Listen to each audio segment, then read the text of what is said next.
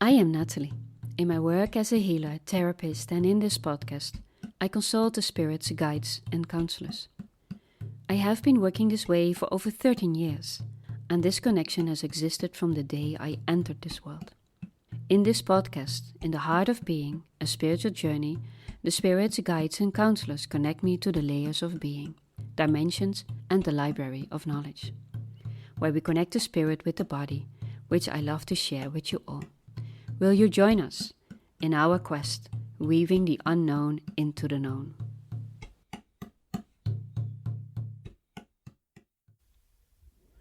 So welcome. Today me and Anouk are going to answer the questions you have asked us. And so I give the word to Anouk today. Yes, so there are many questions. I think we need multiple podcasts to answer them all. Quite some interesting questions as well. And we start off with questions from my own sister, actually. Yeah.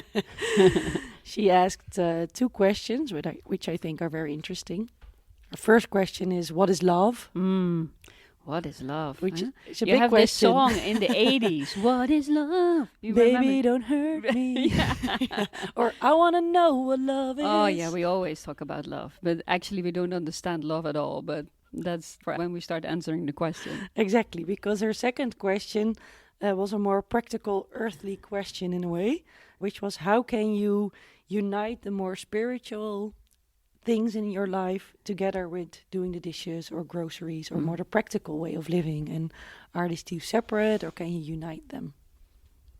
Well, actually, love is something that permeates everything. Love is always everywhere, but it's always the thing that we search for in our lives. So when we meet someone, we fall in love with this person. But the only thing this person does is that it shows ourselves our true light, our true being. This is what we see in the eyes of the other. And if the other doesn't want to be in the relationship anymore, for example, then the pain comes. We believe that this person is the only one that can grant us love, actually. Not give us love, but grant us love. And the more we realize that, it's actually that love, the other one was just the mirror. The eyes are the mirror of the light reflecting you, the love that is inside you. But love is actually, they say, the binding force of the universe. So without love, there is no life. So you and I, we both did psychology a long time ago. You had in social psychology that book about those sad little monkeys. Yeah, the attachment theory. Yeah, with Bowlby. and then you had this wired doll with nothing, and the monkey would try to find some warmth and love. Yeah, the monkey would choose the robot with a soft fur With a soft over the robot with no fur with a bottle of milk. Yeah. So the first thing we choose is love, and Yes. then we choose food. Exactly. Huh? Yeah. So sometimes people tell me I don't have much to give to a child. They say, but the child, first of all, it needs love. And sorry, it pops in my mind because when I was thinking about this monkey, I was also looking for comfort and kind of safety. Yeah. So how does the feeling of, well, now also the word belonging comes up, so many different concepts, but can you also elaborate on love and regarding to finding a safe place or safety? Well, actually, love is all those things is when it is truly from the heart. Huh? Because most people don't know how to love someone else because they want something. And love is something that is free. And that holds on to everything. So when you have a mother that is capable of caring, because love and caring are very close to each other, then you feel nurtured, then you feel safe. And then you grow up most of the times, depending on the rest of the things that can go wrong. Like an evil laugh, things that can go wrong. Many things can go wrong, but what is wrong, you know? What is wrong? That's where your laughter came from. Yeah. What is wrong? What is wrong? But what is love? What is wrong? yeah, when your mother or your father, because if there is not a mother but a father that can do the same, then a child grows up with confidence and with trust. And these are the most important things. So love has to do with trust. That you trust yourself, that you trust the world, that you know, and then we make a jump. And it's actually also connected to intuition. That you know that you are safe. that you can find ways to keep yourself safe. Because people that have lacked love in their life in the start, most of them always end up in horrible situations. Because in a way they cannot sense what is right and what is wrong. And safety, indeed. They Yeah. don't feel the unsafety and They unsafe. don't, yeah, so they cannot make the distinction between this is going a way I don't want to, or this is going the way I really would want to, which would be good for me. And it all starts with when we are in the belly of the mother. Well, actually, it starts before we are conceived, huh? And the belly is also sweet, in the womb. In the womb, yeah. But love is more, this is just a part of love, of being a human. Huh? But sometimes, I don't know if you know that feeling, but I can have that sometimes and think, oh, I love everything. I love the world. Yeah. I don't know, it feels like I'm flying. And when you meet someone, this is actually in a way their purpose for that moment in your life. That they show yourself that this grand love is inside of you. And the only thing you need to do is to face yourself. Only thing, huh? You hear it? Small detail. Yeah, just a minor thing. The only thing. And so And then everything is solved. you clearly don't live in this world. So, but it actually is true. When we face ourselves, then we find true love. And is it facing yourself that almost sounds like it's a monster you have to face? Or is it if you have to meet yourself or feel yourself? Or Well, actually, one of my friends asked me a question. Does hell really exist? yeah. And it has to do with this. Yeah. So in a way, there are also other things, but that is for an whole other podcast. But a part is that you have to face also the dark side of yourself. And for that you need bravery and trust, actually, that you will get through it. Beyond it. So I can say this. Everything that ends up in your life, if you face it, will bring you forward. But truly, most of the times we really don't want to face the shit that is happening. But when we do, there's always this moment, what I know from myself, and I think you know that too, that everything is falling apart, and you're like, my God. And then this something happens, and you say, but actually it doesn't matter. It doesn't matter because I know who I am. And inside me, there's always the love. Ooh, we're going to jump to another question. Yeah.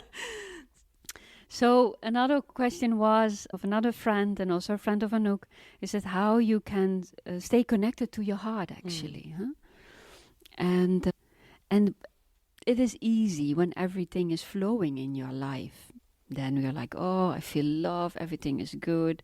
But this is not the challenge. The challenge comes when things start to fall apart. Can you feel that sense of trust, not knowing when it will end or will it ever end?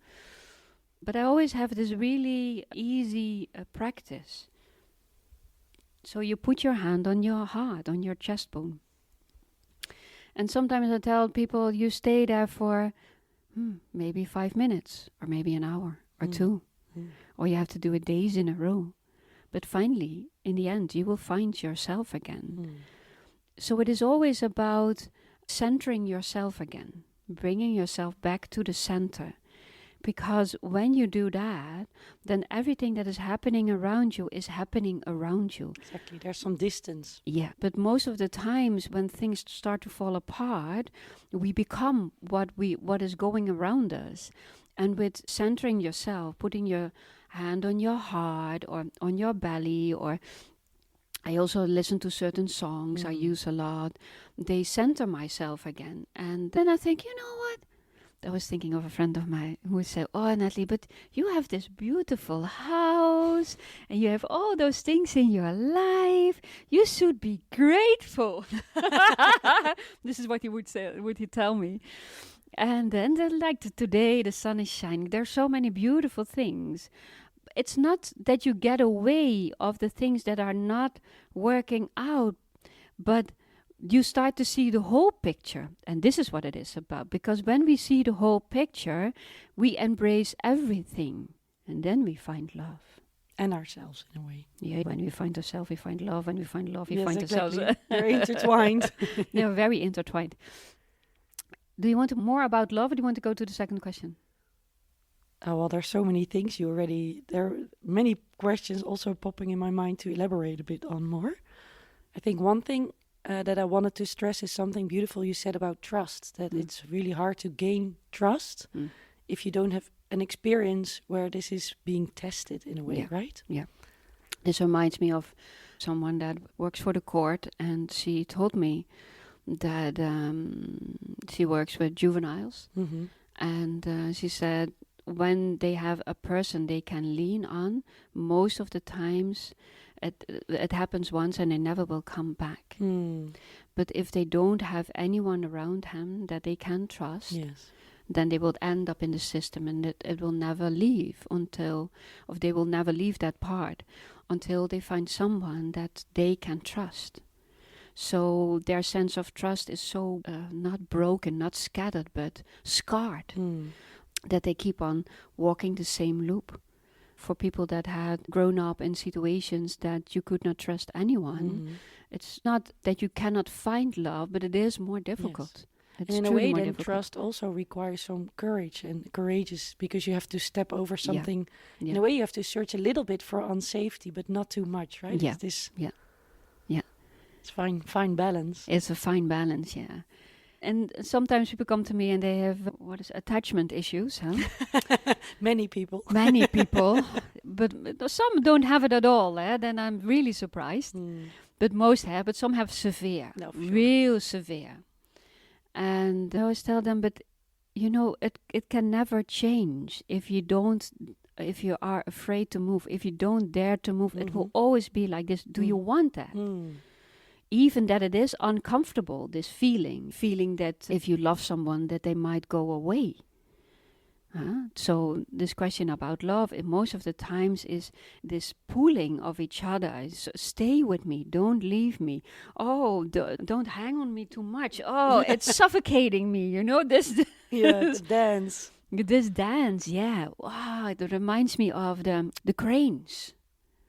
I think they're called cranes, Could no? be. Well, it's bird dancing together, right? Well, I don't know if you have ever seen it. And if you haven't seen it, just look it up, because... Maybe we can put a clip in the show notes. Oh, I can do that. Yes. I can do that, because... this is an amazing dance. They dance around each other, but they can also flip backwards. Yes. So they have this beautiful dance again, but it is in harmony. And when there is love in someone's life, in the beginning, they're on top of the world. Then they feel like they fell into the dark abyss. Because then they get scared because love might leave me. Yeah.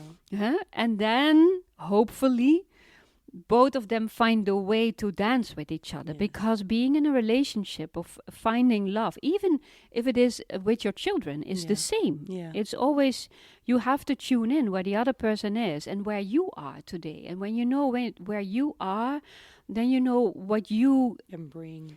but what you're capable of that day. Mm. So most of the times, it's interesting because then we jump to the next one. Most of the times, we are not aware of where we are today. And then we go into the world and strange things happen. Yeah. But most of the time that has to do with that you are not connected with who you are at that moment. And also what I talked about with the hand on the heart, on the chest bone, not on the heart. I always put it on the chest bone.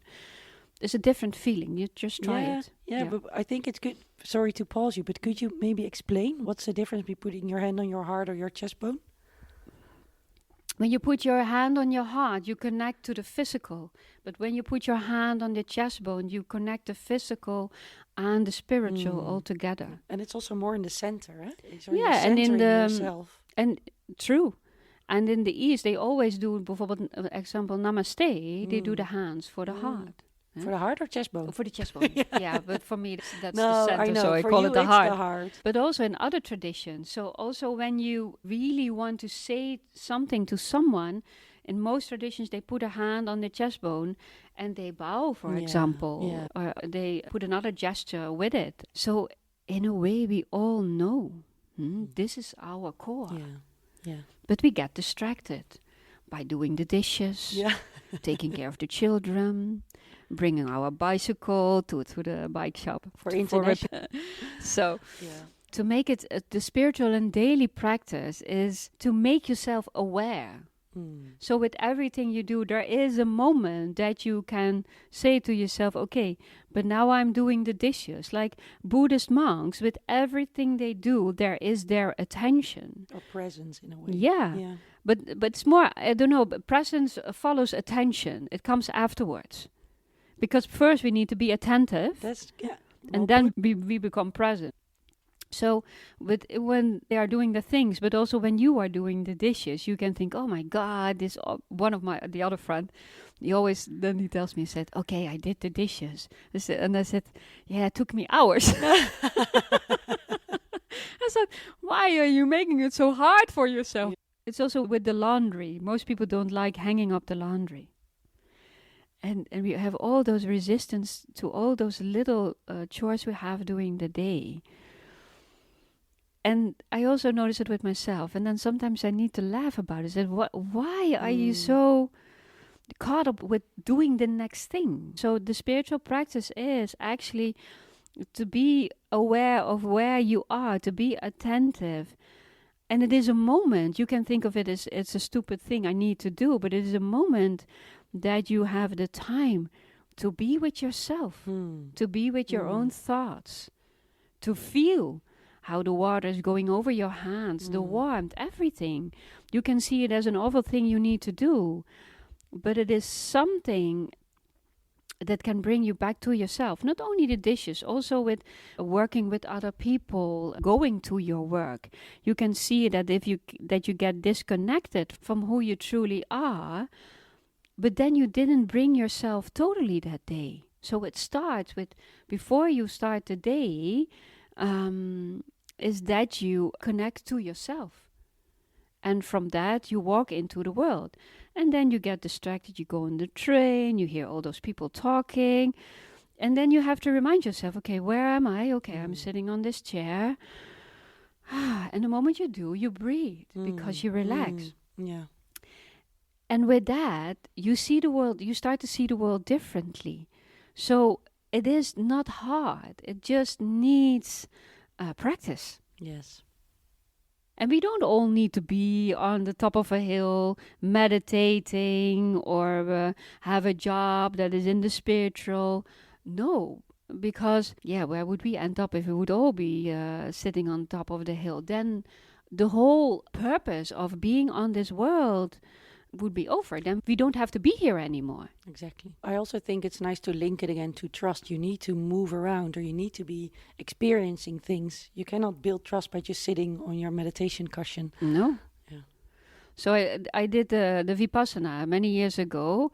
Yeah, and in the beginning I found it really hard because... Which is a 10-day meditation retreat. Yeah, 10-day silent meditation retreat. Silent even, yeah. No, silent. Definitely. And you're not allowed to read, listen to music, nothing. Nothing.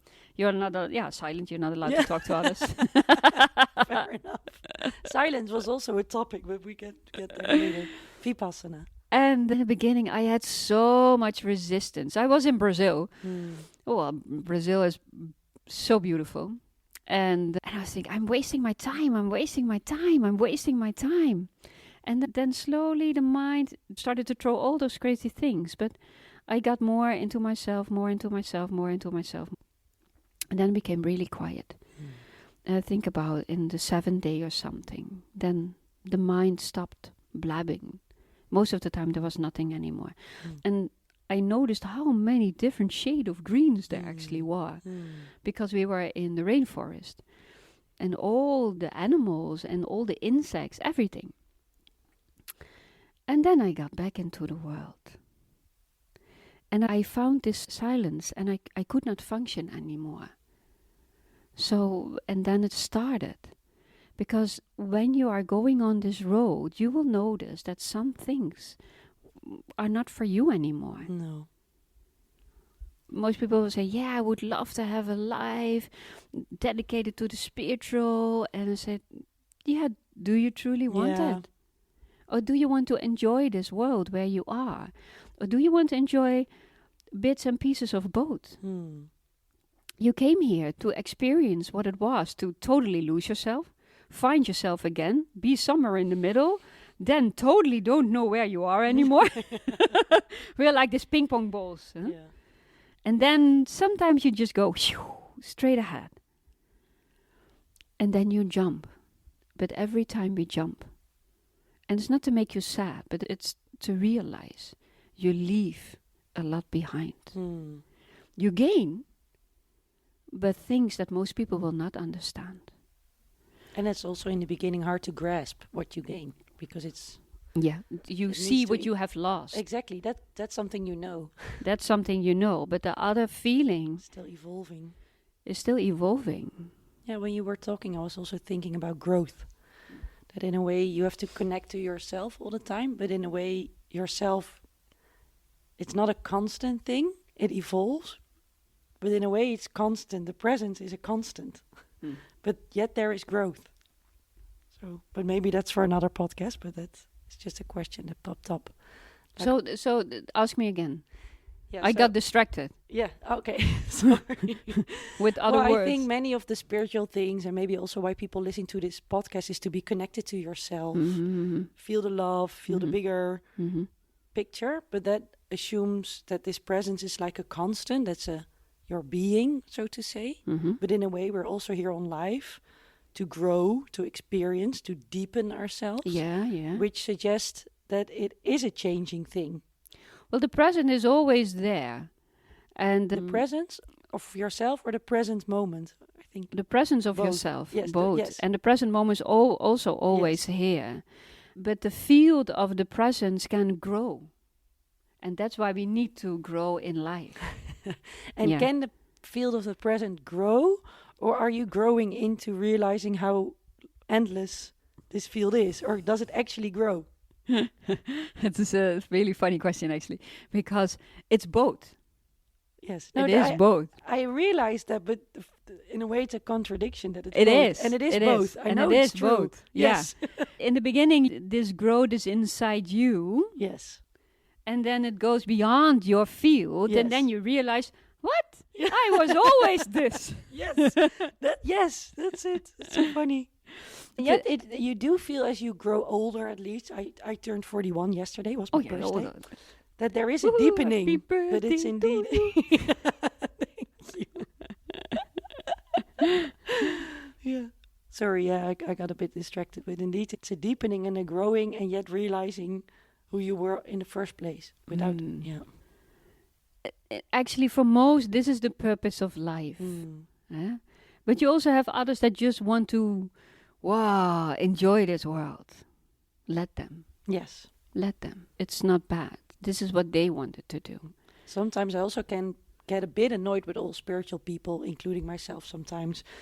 It also has something self-centered to really want to self-develop and self-grow and there's some judgment on people who don't, in a way. Like there's like people can have like spiritual egos, feeling better.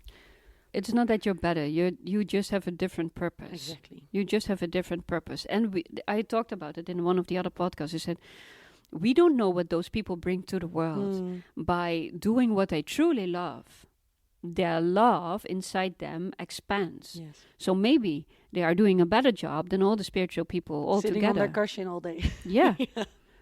We don't know. No, we don't nice. know.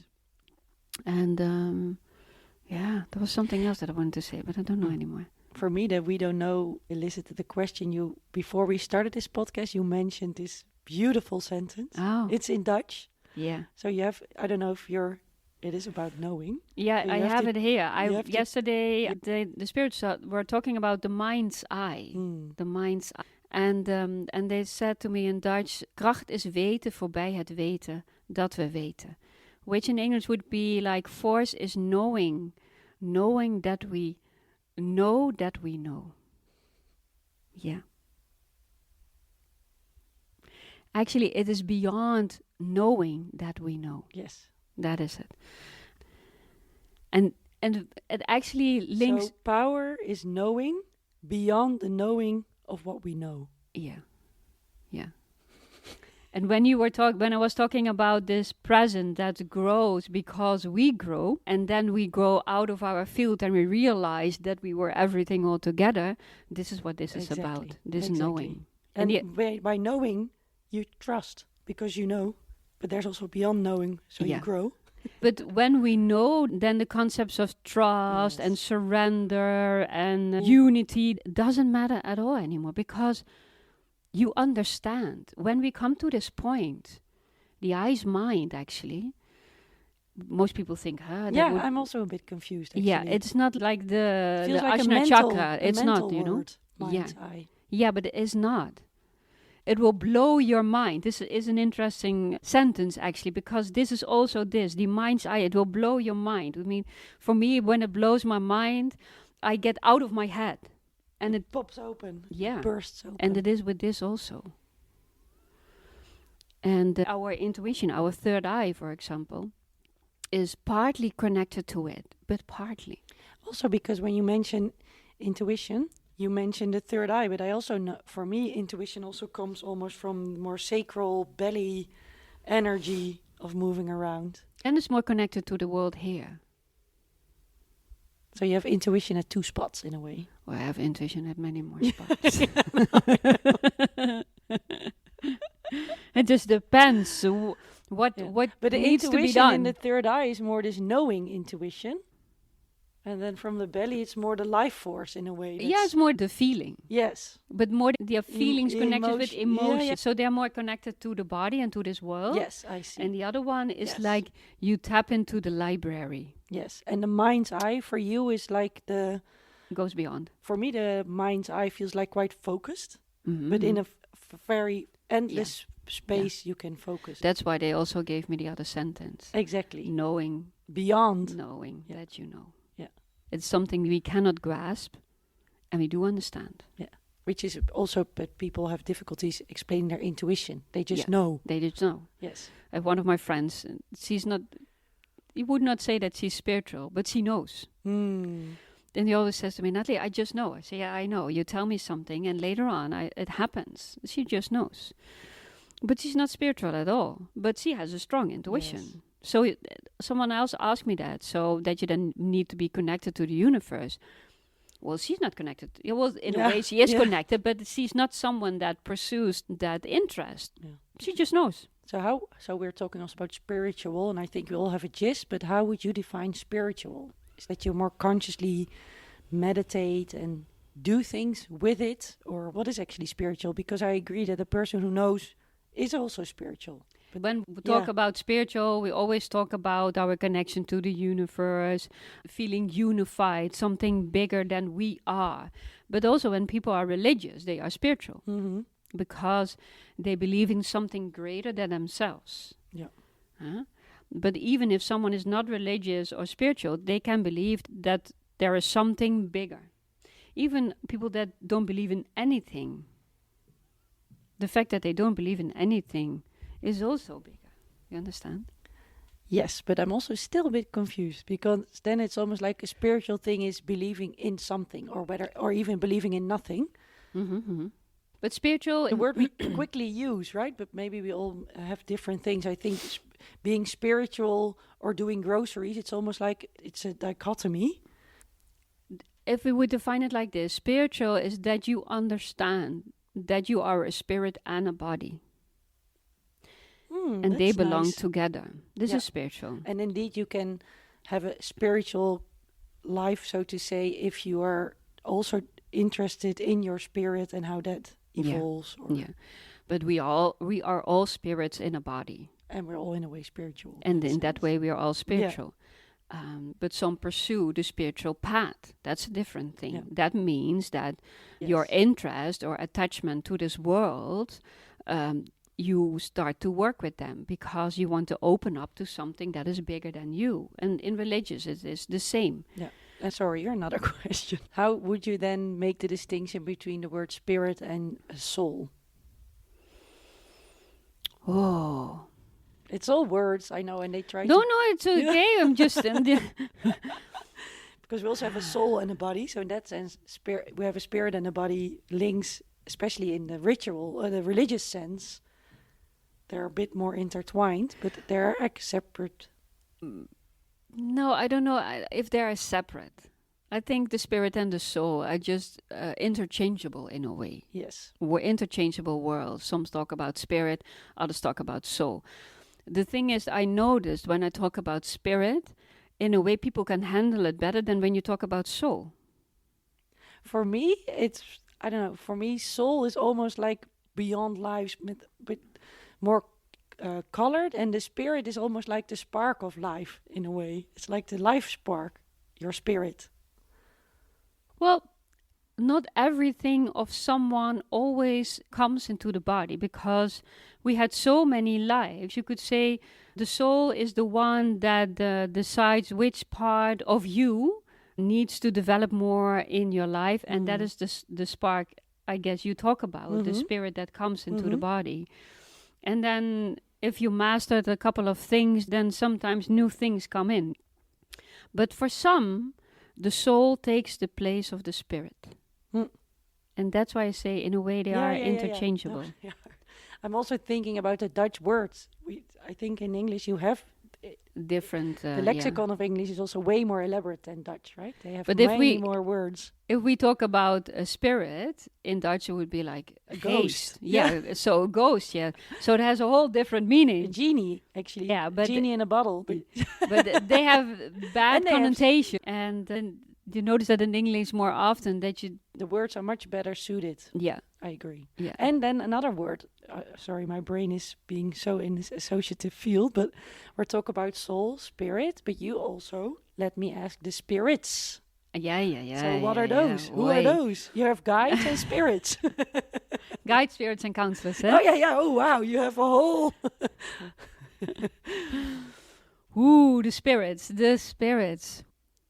They tell me we have been you in many lifetimes. Yes, that's what I wasn't. They are your spirits. They are my spirits. Yes. We have been you in many lifetimes. But when I work with someone, my spirits meet yours.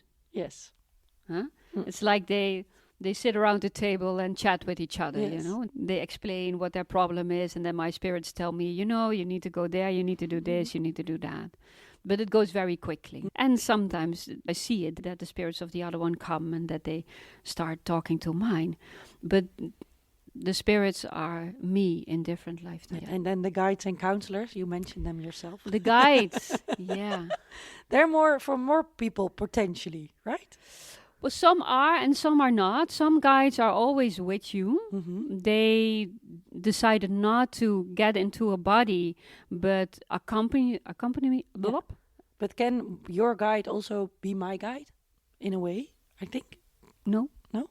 Not those ones. The ones that decided that they wanted to be with you in your life are yours. All right. Because sometimes people ask for the power of the energy of Maria Magdalena or but that's different. Magdalene. That's different because when you talk about the, I call them always the masters, when you talk about the masters, male or female or whatever, they are for everyone. They are not for one. They are for everyone. Yeah, so for me, the guides are a bit related to that, but that's different again. And you have guides that accompany you always, that are always with you.